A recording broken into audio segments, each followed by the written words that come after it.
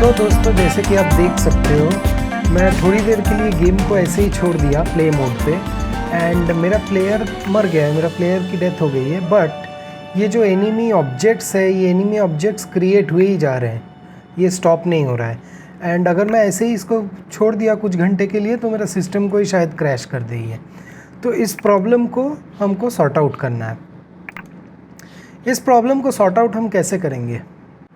तो दोस्तों जैसे कि आप देख सकते हो, यहाँ पे मैंने एक स्पॉन मैनेजर का कंपोनेंट नया बनाया जो मेरा गेम का स्पॉनिंग का रिस्पॉन्सिबिलिटी लेता है। तो ये जो कंपोनेंट है, ये प्लेयर के साथ इसको इंटरेक्ट करवाना पड़ेगा इस केस में। एंड ये एनिमी को बताएगा कि भाई तुम स्पॉनिंग स्टॉप कर दो अभी। मतलब प्लेयर में एक ऑन डेथ मेथड है, एक डैमेज मेथड है, जो ये डिटरमाइन करता है कि लाइव उसका घट जाए एंड लाइव अगर ज़ीरो हो तो वो डिस्ट्रॉय हो जाए। दैट मीन्स यहाँ से मुझे ये पता चल रहा है कि प्लेयर की कब डिस्ट्रक्शन हो रही है, प्लेयर कब डेथ हो रहा है उसका। ठीक है, अभी इसी जगह पे अगर मैं स्पॉन मैनेजर को बता दूं कि स्टॉप कर दो एनिमी स्पॉनिंग, एनिमी स्पॉनिंग आप स्टॉप कर दो, इसी जगह से अगर मैं बता सकूं उसको, तो ये प्रॉब्लम सॉर्ट आउट हो जाएगी। ठीक है, अभी हम वापस चलते हैं spawn manager dot C S में। यहाँ पे एक वाइल ट्रू कंडीशन है। वाइल ट्रू मतलब हमेशा ही स्पॉन करता रहेगा वो, तो मुझे इसको चेंज करना पड़ेगा। मैं क्या करूँगा, यहाँ पे एक बुलियन वेरिएबल ले लेता हूँ, उसको सीरियलाइज फील्ड दे देता हूँ ताकि मैं उसको मॉनिटर कर सकूँ रियल टाइम। प्राइवेट बुल, मैं उसका नाम देता हूँ स्टॉप स्पॉनिंग। एक बुलियन वेरिएबल मैंने ले लिया स्टॉप स्पॉनिंग, उसको इनिशियली मैं उसको फॉल्स करके रख देता हूँ।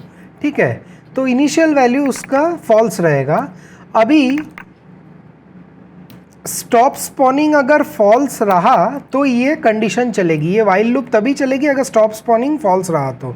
यहाँ पे ये एक्सक्लेमेशन मार्क का मतलब है कि इसको मैं फॉल्स कंडीशन में दे रहा हूँ। ठीक है, तो ये स्टॉप स्पॉनिंग अगर फॉल्स रहा तो ये चलेगी एंड इसका बाय डिफ़ॉल्ट वैल्यू भी फॉल्स है। अभी मैं एक मेथड बनाता हूँ जहाँ पे मैं इसका वैल्यू ट्रू सेट कर दूंगा। ठीक है, उस मेथड को मैं पब्लिक रखता हूँ क्योंकि इसी मेथड को मैं एक्सेस करूँगा प्लेयर डॉट सी एस से।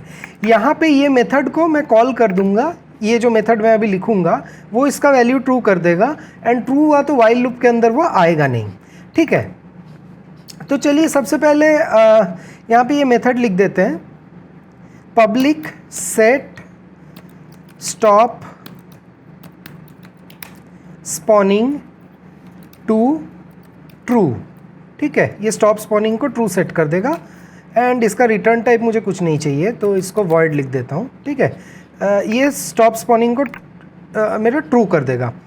तो ये जो वेरिएबल है यहाँ पे इसको ट्रू कर देते हैं, ये जो वेरिएबल है इसको ट्रू कर दिया मैं इधर। ठीक है, अभी ये जो मेथड है, ये मेथड मुझे यहाँ से कॉल करना पड़ेगा प्लेयर डॉट सी एस से। प्लेयर डॉट सी एस में अगर call this set stop spawning to true को कॉल करना पड़ेगा, वो यहाँ पे आएगा, यहाँ पे आके ये वेरिएबल को वो ट्रू कर देगा एंड ट्रू किया तो इस कंडीशन में घुसेगा नहीं।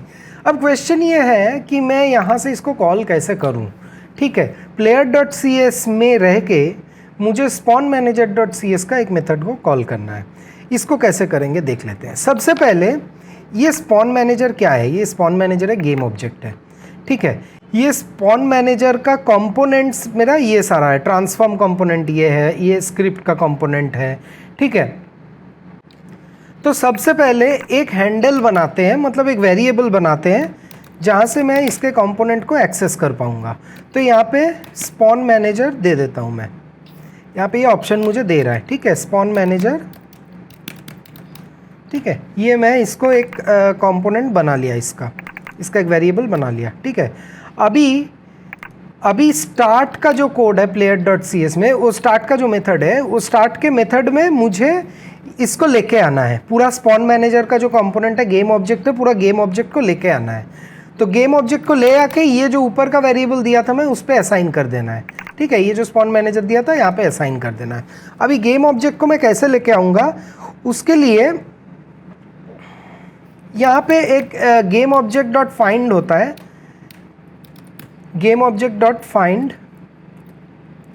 एंड इसके अंदर कोट्स में मुझे वो एग्जैक्ट सेम नाम देना है जो इस गेम ऑब्जेक्ट का है, दैट इज स्पॉन मैनेजर। ठीक है,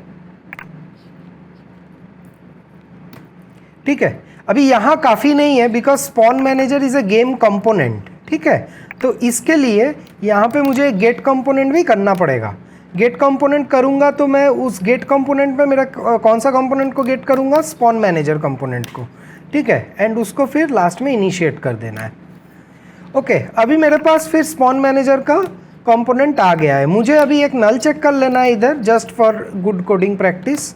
if spawn manager not equal to null, और एक काम करते हैं, if spawn manager equal to null, तो यहाँ पे एक एरर लॉग कर दो। यहाँ पे एक एरर लॉग कर दो कि spawn manager component is null, ताकि डेवलपर को पता चल जाए। ठीक है, ओके। तो मेरे पास अभी स्पॉन मैनेजर आ गया। अभी स्पॉन मैनेजर अगर आ गया तो मैं अपना वो जो मेथड है उसको भी मैं एक्सेस कर सकता हूँ। तो यहाँ पे स्पॉन मैनेजर डॉट जो मेरा मेथड है वो set stop spawning to true, ये वाला। ठीक है, इसको मैं कॉल कर दिया यहाँ से। अभी दोस्तों चलाने से पहले एक दो चीज़ और कर लेता हूँ। एक तो यहाँ पे debug डॉट लॉग कर देता हूँ एक, ताकि मुझे ये पता चल जाए एटलीस्ट कि यहाँ तक पहुँचा है कि नहीं। ठीक है, debug डॉट लॉग, यहाँ पे मैं लिख देता हूँ setting stop spawning to true.